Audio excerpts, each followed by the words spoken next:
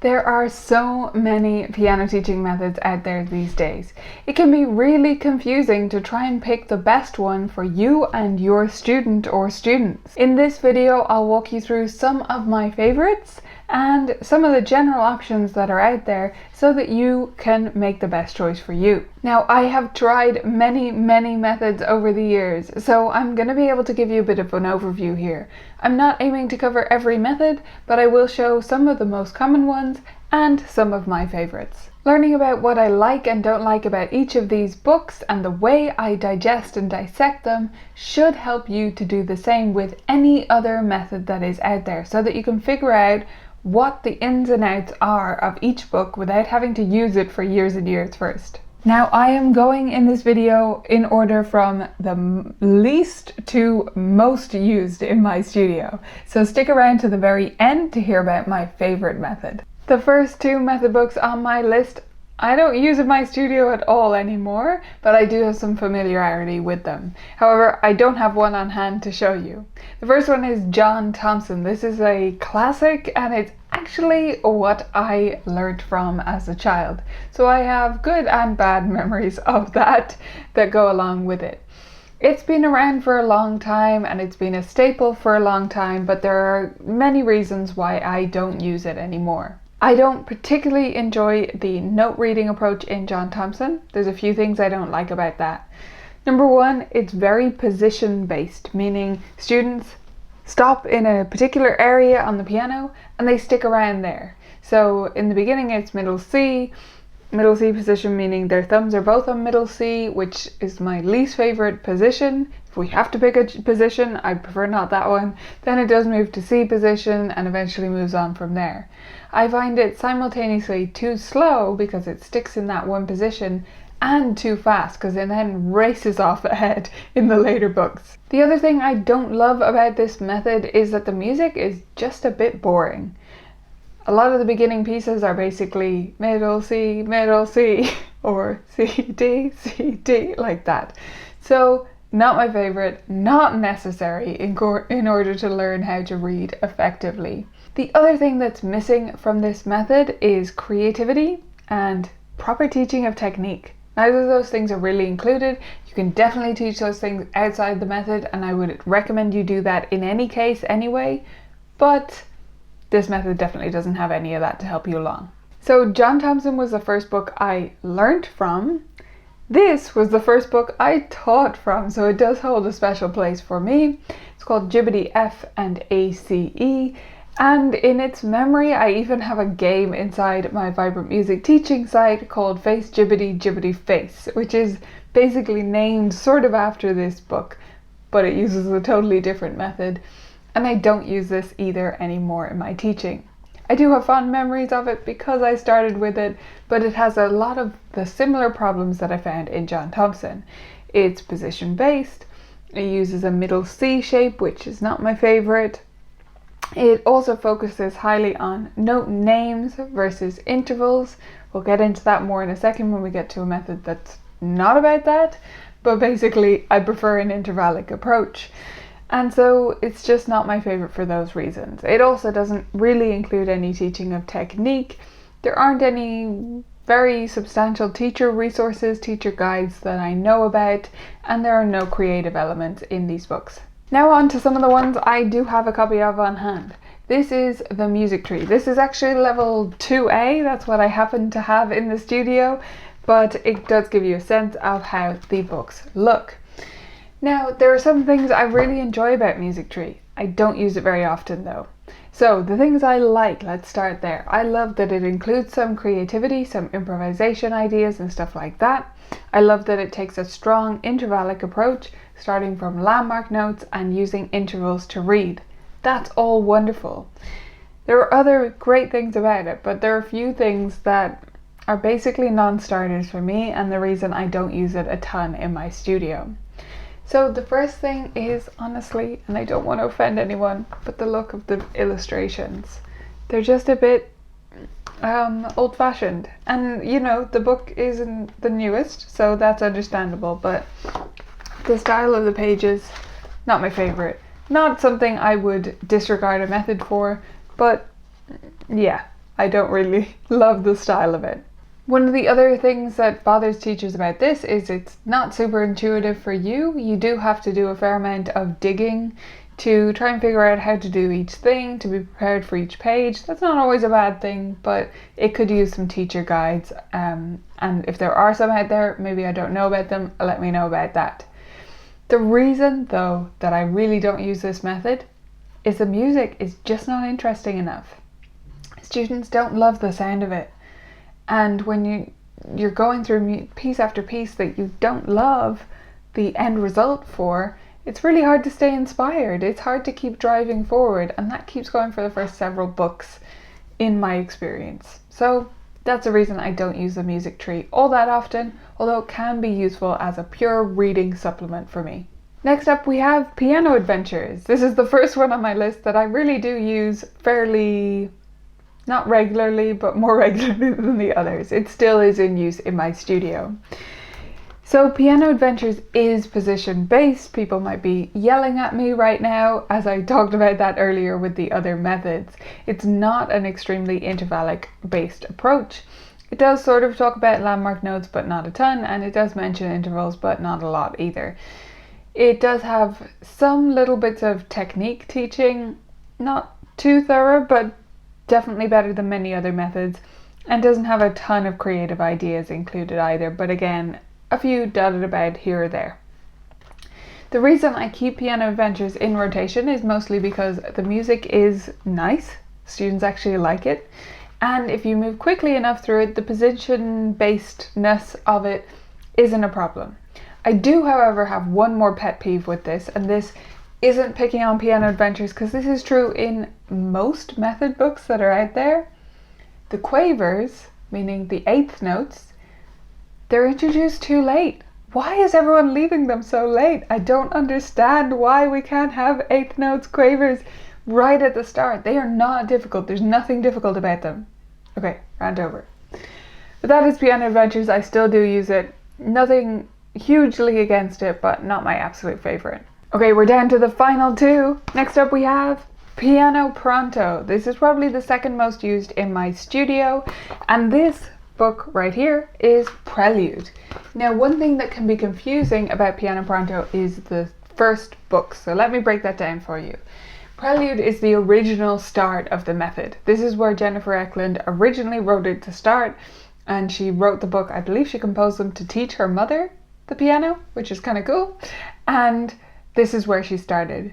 She then later went back and added a book called Keyboard Kickoff. That comes sort of before Prelude, but the end of it is kind of, some of it would cross over or be harder than the beginning of Prelude. So you would, in most cases, use Keyboard Kickoff a little bit, add in Prelude, use them both in tandem, and then continue until they're both finished. Does that make sense? If you're going to use Keyboard Kickoff. However, I don't really use that very much anymore. I do use Prelude, I do use the series after that stage, and I do sometimes use her early beginner series and her older beginner series, although we're not going into those kind of more niche, different types of method books in this video. So, Prelude, why is it good? Why do I like it? Well, it is again position based. Are you screaming? It's position based at me. But this one, the music is so engaging and the positions chosen are better, and that's why I still like to include it. So the position is C position. For those of you who aren't familiar, that means like this. So a lot of the beginning music, I don't even know if I think she does that song in G, but you get the idea. A lot of the music is on that C shape. So left hand 5 on C, right hand 1 on C, as opposed to that middle C position, which is this one, right, where we have both thumbs on C. That is my least favorite position. I really don't know why it exists. Why did we come up with that? Anyway, I do know, but anyway. So it's C position. And the main reason that I still use and love using this and continue to use it with transfer students specifically is the way I use it. I use Piano Pronto a lot to catch people up on their reading rather than to start people off with reading. So A lot of transfer students come to me and they really skipped over the beginning stages. And so they're at a certain level, but they're not really able to read solidly at that level. Piano Pronto is great for going back to the beginning because you can go back even to the start of prelude, but often you won't need to go back that far. But you can go back, you can have them read through those pieces, and they can get through them really fast, and they know and feel secure in the fact that they're playing the right thing because it's familiar tunes.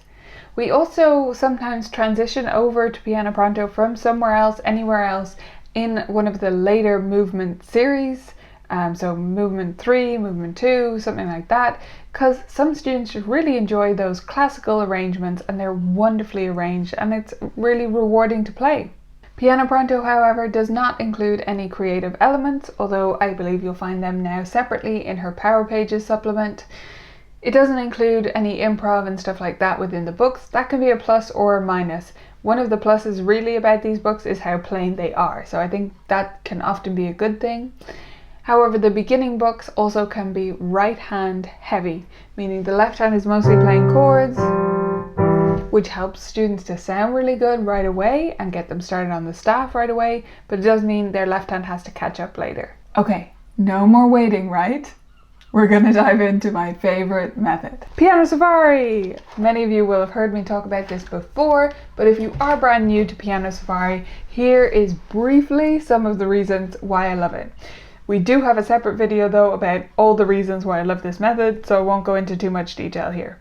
Number 1, it is focused on intervals. It teaches on a landmark based approach, so students learn a few notes and then they read from there using intervals or patterns on the staff. Number 2, it includes rote pieces that you intentionally teach students by memory, by pattern, by imitation, rather than by reading. This allowed students to play epic sounding stuff right away. Number 3, it does include some improvisation and other creative ideas. I would be doing more improv than what's included in Piano Safari, but it's a great start and a really accessible way for a newer teacher or someone newer to improvisation to get started with that. Number 4, the technique development is excellent. This is by far and away the best approach to technique there is out there. Even if you don't end up using Piano Safari forever, please use it with a few students and you will learn so much about teaching technique. Honestly, it's worth its weight in gold in that way. Speaking of gold, some people have a little nickel with Piano Safari, which is that it's expensive. It is a bit more expensive than other methods, but not as expensive as you think. The thing about Piano Safari is that each book is actually a lot longer than most other methods. So while you might look at the initial price tag and go, oh yikes, I could buy 3 Piano Adventures books for that, or whatever.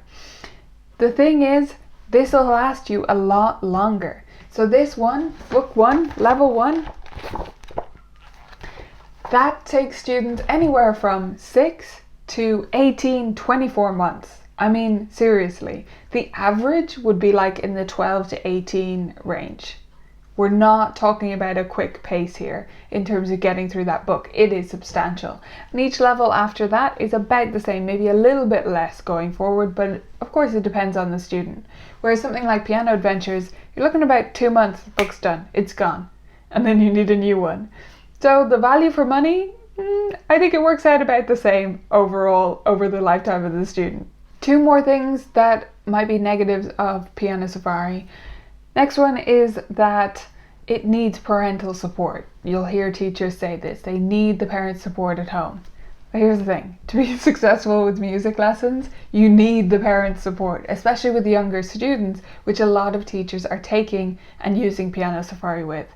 So, does it need extra parental support? Sort of, but also they'll go faster than in other methods, so really parental support will just make students go faster. I don't know where to land on that. I don't think there's a good answer. Get your parents involved. That's the answer. Lastly, this does take a bit of learning for you as a teacher. Like I say, I think that's a good thing. I think you're going to learn so much and you're clearly dedicated to your craft because you're spending time watching videos like this, right? So I know you know that's worth it. They do have fantastic teacher guides on their site, so make sure to make use of those if you're just getting started, and watch all the videos and read the mini essays. There's really so much information on their site.